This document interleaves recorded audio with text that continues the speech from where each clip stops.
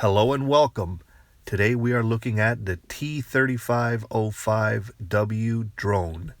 This drone bears a strong resemblance to the DJI Mavic. It has altitude hold, auto takeoff, auto land, headless mode, one key return, flips, and is a decent flyer. But unfortunately, its Wi-Fi FPV streaming leaves a lot to be desired. So let's check it out. Now the drone comes in this white simple box. It says aircraft there. Right there it says T3505 and it's 14 plus. And you can see a clear image of the aircraft in front. And here in the back, if you tilt it sideways, you get another view of the aircraft. And you can see all the features there. And right here at the bottom, you could see there's a couple of models. There's a cameraless model, a 0.3 megapixel model, and a 2 megapixel model. So let's open her up and take a look inside. Now on the inside we have this plain white box. It's very simple to open. And right away you can see the transmitter and drone.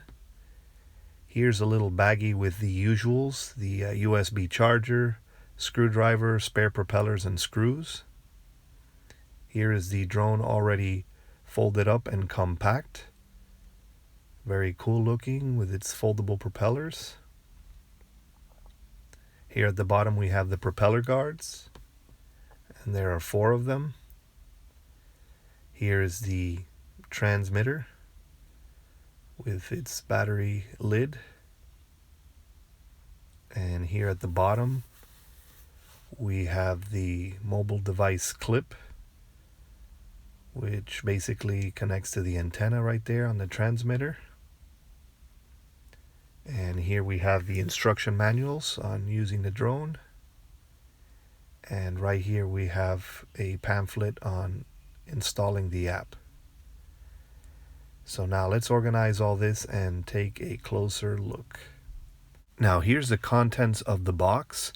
We have the drone, spare propellers, screwdriver, propeller guards, the USB charge cable, spare screws, 3.7 volt 550 milliamp LiPo battery, the mobile device clip, the transmitter, and the instruction manual. So that covers the contents.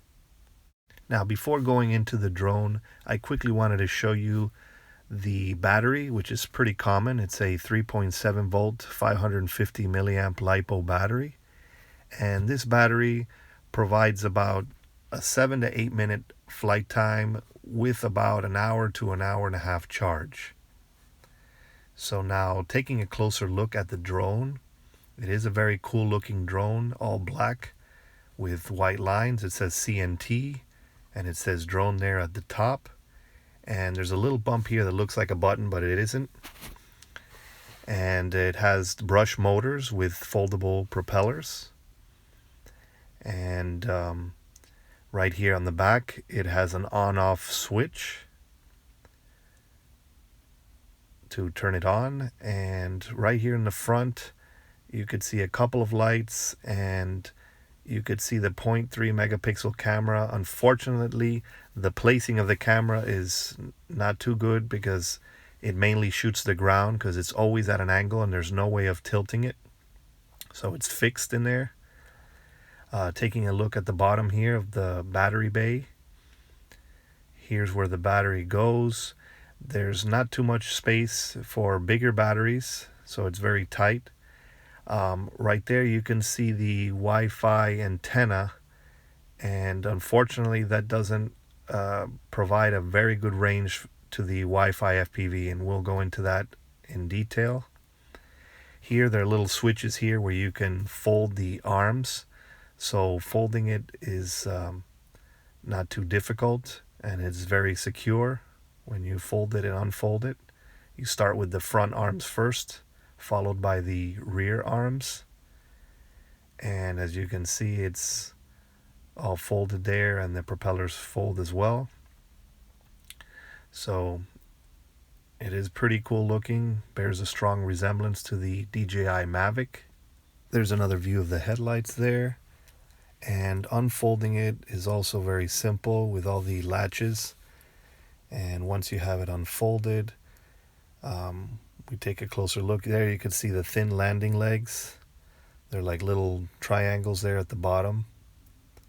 So not too sturdy. And once again, here are the little lights there at the bottom for orientation. They're flat at the bottom and they're just little dots. So unfortunately, those lights are not too clear. But overall, the design looks pretty sleek. So now looking at the transmitter, as you can see, you attach the mobile device clip right on the antenna. It's very simple installation, and there's enough room there to hold the big mobile device. And right here at the back, this transmitter takes 3 AA batteries, and you would have to screw that back on. Now, taking a closer look here at the transmitter, this transmitter does provide about a 60 to 80 meter range of control. And right here at the center, we have the on-off button. Here on the left, we have the left throttle stick.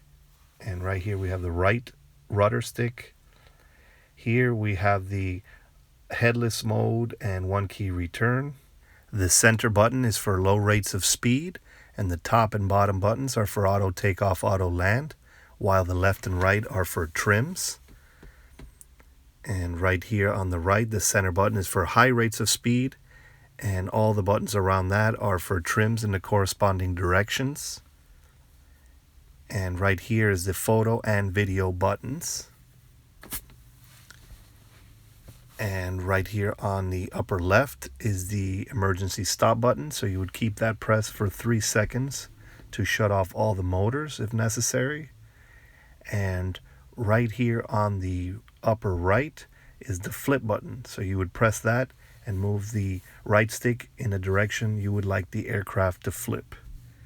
So those are essentially all the controls. Now let's look at a setup for first flight. Now, setting up for the first flight, once fresh batteries are inserted, you would turn the aircraft on and you would see a few blinks. And now you would turn on the transmitter by pushing the button,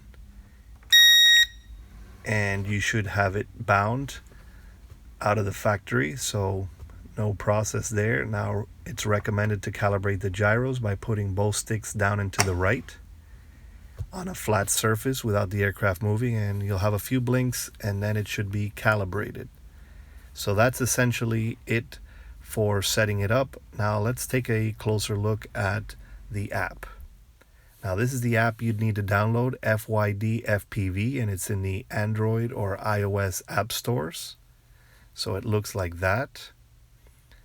And then once you connect to your phone's Wi-Fi, you would launch the app and it looks like this.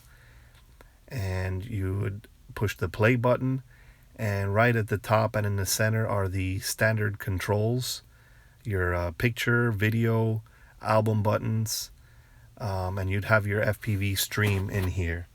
Unfortunately, this aircraft connecting to the Wi-Fi settings on the phone was very erratic. Rarely did it ever come up, and if it did, it would have a very short range.